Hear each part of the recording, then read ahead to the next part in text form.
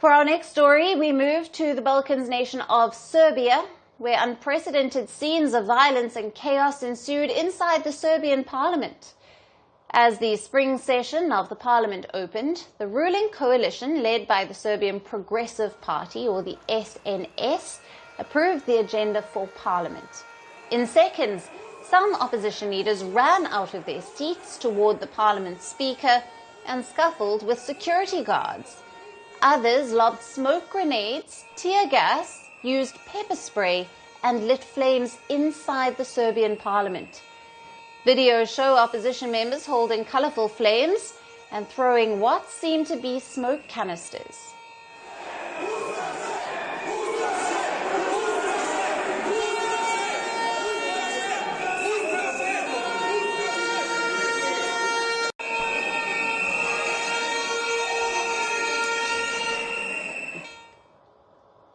Some lawmakers even engaged in scuffles.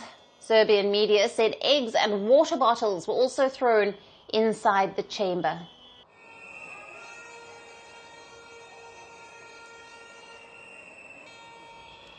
Now, several lawmakers were injured in the unrest, while one legislator even suffered a stroke during the chaos and is under critical care.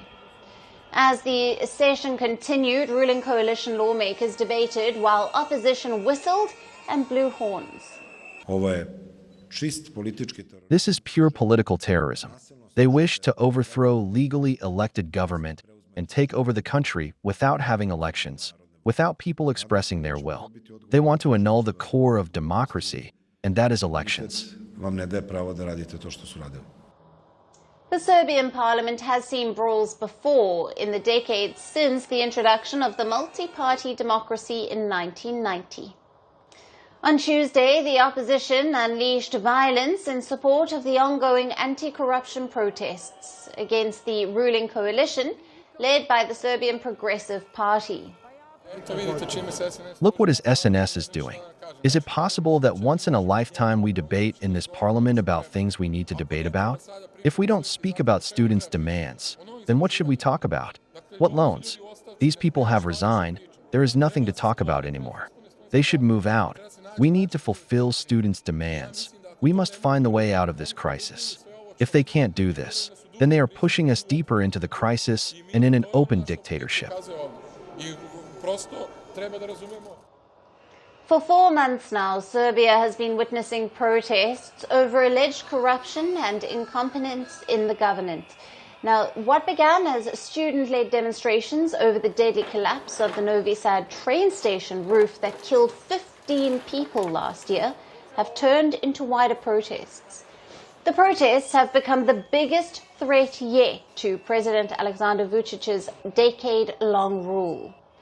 On Tuesday, the parliament was due to adopt a law increasing funds for universities, one of the main demands of the protesting students. Now, a discussion on Prime Minister Milos Vucevic, who resigned in January after mass protests, was also scheduled.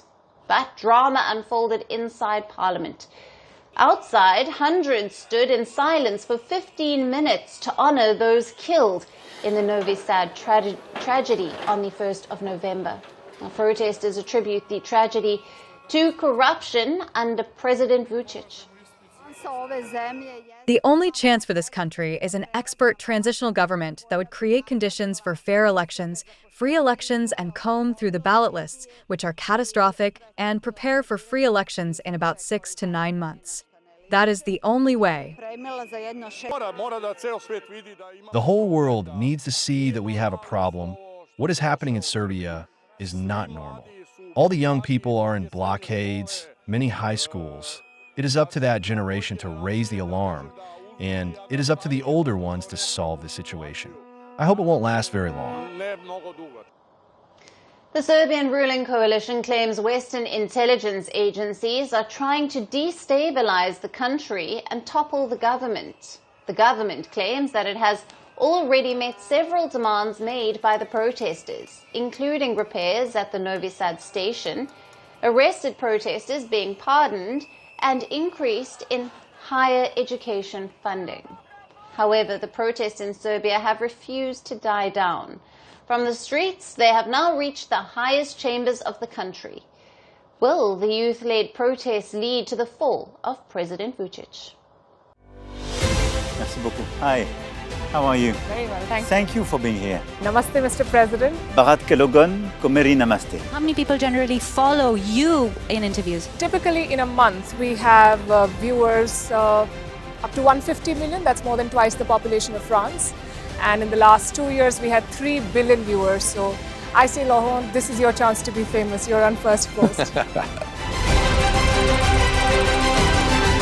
One word to describe your equation with Prime Minister Modi. Amitié. As India and France work together, are you creating a new era of non-alignment in the technology space? India is a training superpower. 1 million engineers a year, more than all of Europe and the US combined. So we have that partnership. We have a partnership on the environment and the economy. We also have civilian nuclear programs, and that is something we've developed far beyond the France-India relationship. So we want to work together on AI. And then comes China with its DeepSeek, creating models at a fraction of the cost. Did that innovation take you by surprise? Did that breakthrough make you sit up and think, what did the Chinese do and how? But what did DeepSeek do? They took everything that was already available from the last AI model, and then they recalibrated it. So are you going to ban Chinese AI in France? So we don't have this American approach of banning tech because of where it comes from.